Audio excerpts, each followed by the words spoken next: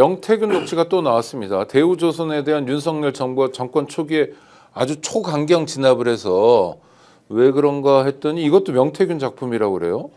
이거 국정농단이라고 봐도 과언은 아닌 거죠. 그렇죠. 이게 이른바 노란봉투법을 촉발시킨 사건 아닙니까? 네네. 대우조선해양 하청 회사들의 노동자들이 파업도 못하는 상황으로 끌고 간 거란 말이에요. 그런데 이제 대우조선해양은 책임이 없는 것처럼 이렇게 했지 않습니까? 근데 이야기를 들어보면은 대우조선 쪽 경영진들하고 명태균이 만났다는 것 아닙니까? 네. 그럼 뭡니까?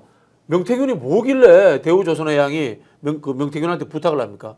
과거 이야기했던 파업 유도 이런 거하고도 비슷하죠, 그죠? 네네. 그런 느낌이 들고 또 명태균이 끼어가지고 정부 쪽하고도 의견을 조율했다 이야기를 합니다.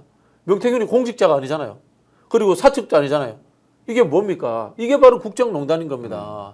개인 사인인 명태균이 왜 여기에 대해서 정부 대응 방침과 똑같은 이야기들을 하고 그다음에 그 당시에 명태균과 똑같은 이야기들을 한덕수가 주재하는 국정현안 점검조정회의에서도 나오고요. 한동훈 그 당시 법무부 장관과 추경호 경제부총리 팀이 이야기하는 관계부처 합동당론문에도 명태균이 이야기했던 이야기들이 그대로 담깁니까?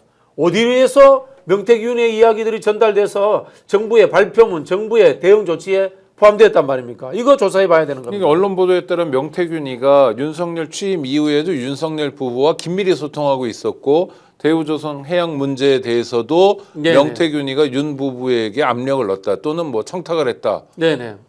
이거는 순도 높은 국정농단이 되겠네요. 아우, 상상을 초월한 거죠. 뭐 이 사람이 노사관계에 대해서 뭘 알겠습니까? 그러니까요. 그리고 경영에 대해서 뭘 알겠습니까?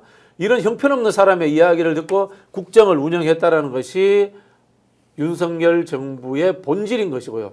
또 한편으로 보면은 저는 천공이 이야기했던 부분들 있지 않습니까?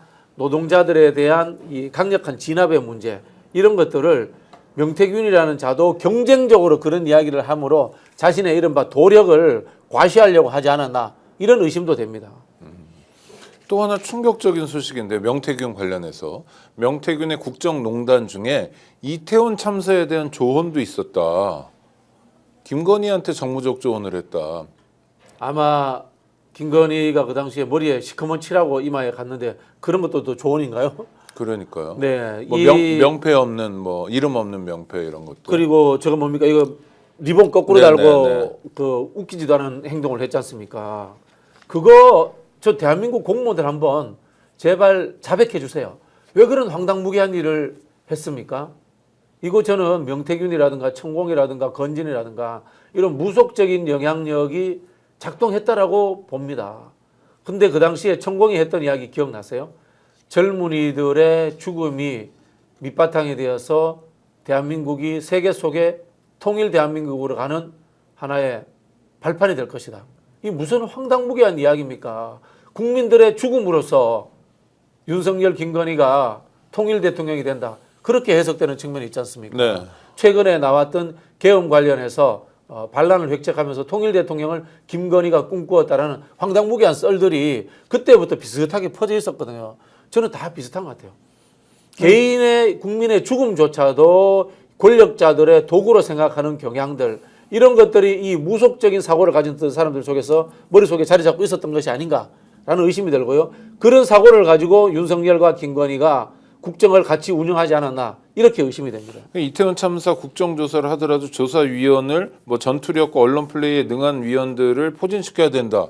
이런 조언을 명태균이 김건희한테 했다. 아주 구체적이잖아요. 이러면. 그렇죠. 이게 뭐 좋은 게 뭐 있겠습니까? 이게 하는 수준이 전두환 박정희처럼 탱크 보내라 이야기하고 똑같은 수준의 이야기 아니겠습니까? 네. 이런 이야기를 하는 인간이나 듣고 있는 인간이나 똑같은 수준들이 아닌가라는 생각도 들고요. 저는 이럴 때마다 참칭 보수들에게 이 말씀 드리고 싶습니다. 제가 이념 전공자인데요. 진보와 12가지의 보수의 12가지 이념이라는 유명한 책이 있습니다. 거기에 무속은 존재하지 않습니다. 무속이 가야 할 곳은요.